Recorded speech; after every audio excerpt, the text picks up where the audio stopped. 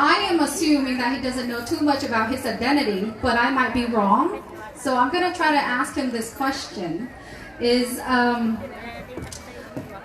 How did the Chăm people get separated?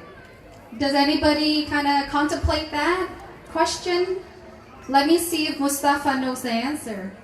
Well, I know that in order to escape persecution, different groups of Chăm people had to flee to different countries. For example, some went to Cambodia, some stayed in Vietnam, some went to other countries such as Malaysia and Indonesia and all that. And many generations later, we're all here together again in America. Does that sound about right?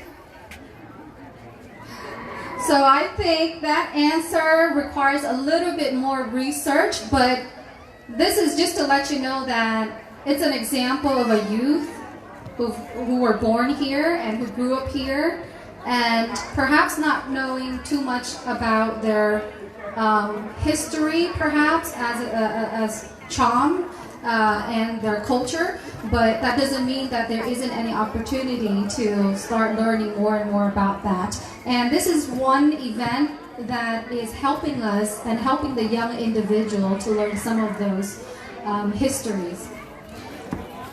All right. Thanks for that. Well, Salama, let me ask you this question. Okay.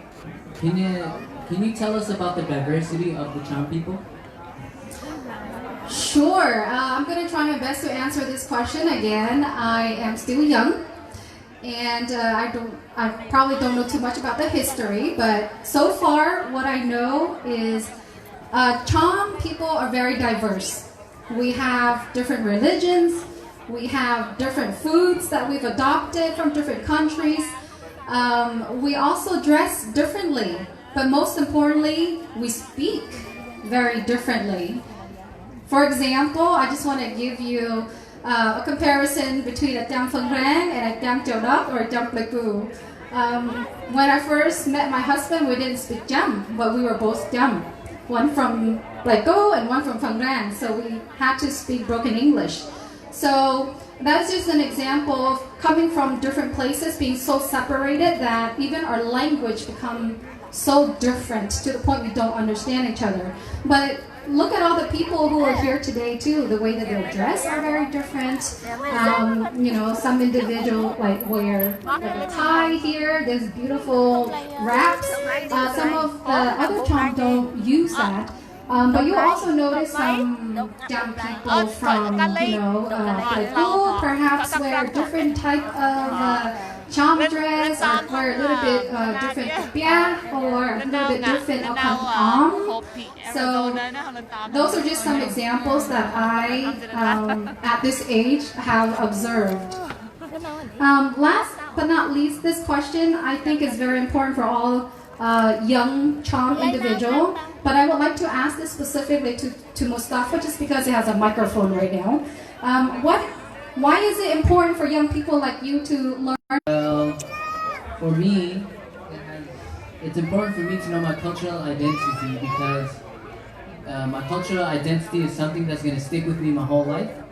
And the more I know about my cultural identity, is like having more knowledge and knowing more about myself. And having known more about myself, that helps me be more confident in myself when I'm talking to someone else, when I'm introducing myself to someone, and it just helps me along the way and throughout my life. So both of us are not expert in our cultural identity, but we have the pleasure of having a special visitor who actually does a research pretty much based on this topic. And I'm grateful to have her join us today, and I'll go ahead and welcome her up to the stage. Her name is Marimas Hossein Mostiller, and she's a PhD candidate at University of Hawaii at Manoa, who is currently doing a study of research on the Chăm cultural identity, and she'll talk a little bit more about why she's doing this and what she has discovered so far.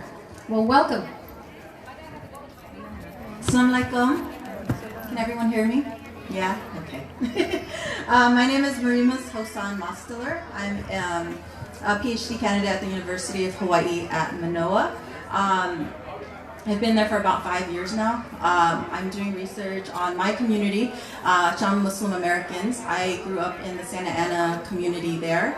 And my project is titled Indigenous Asian Muslim Refugees, the Complex Identities of Chăm Americans. It's an examination. I'm examining, I'm analyzing, also critiquing the Chăm Muslim American identities and experiences, because as you may already know, we have different aspects of our identity, and a part of that is the indigenous aspect of being indigenous to present-day Vietnam. There's the aspect of being Asian American in the United States. There's the aspect of that topic. So my research involves several areas. And many of you may have already seen the flyer that's out at the Chăm refugee community.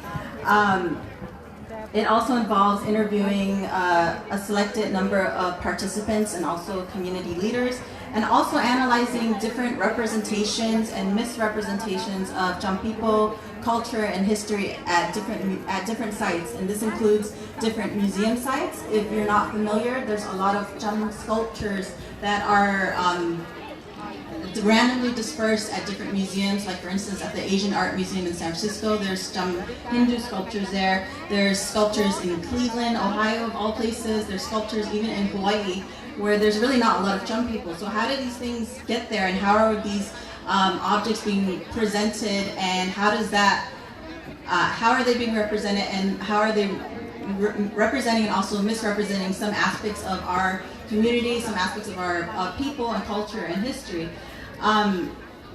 This started as a personal project, trying to basically learn more about my ancestral and family history from the Champa Kingdom and also from the Khmer Rouge genocide. My parents are refugees from the Khmer Rouge genocide in Cambodia. And it turned out into almost like 10 years of working on this project. So most of us growing up as in a Chăm Muslim household or community, we really don't know much about our ancestral or family history from the Vietnam War or Khmer Rouge genocide. So a lot of us grew up thinking that, or maybe there's only one type of Chăm person. Let's go. No, Santa Ana. So we go searching for this history, for this history to understand our background and also to understand ourselves, who we are, our identities. And a lot of what you see out there, if you're Googling Chăm or Champa, it's written by people who are not Chăm. So it doesn't necessarily tell you the whole story of our experiences, right? Especially in the U.S., there's really not much written about our communities in the U.S.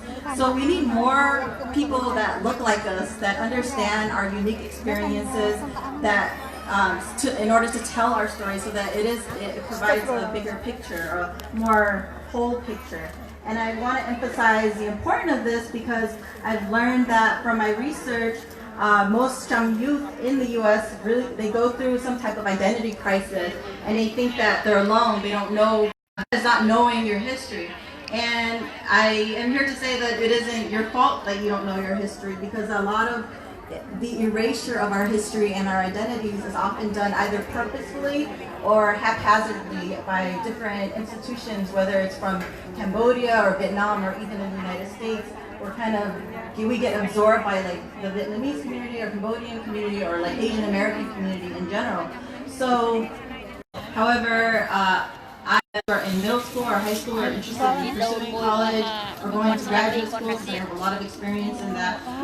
So feel free to come find me and introduce yourself and talk to me whether or not you want to participate. Thank you so much.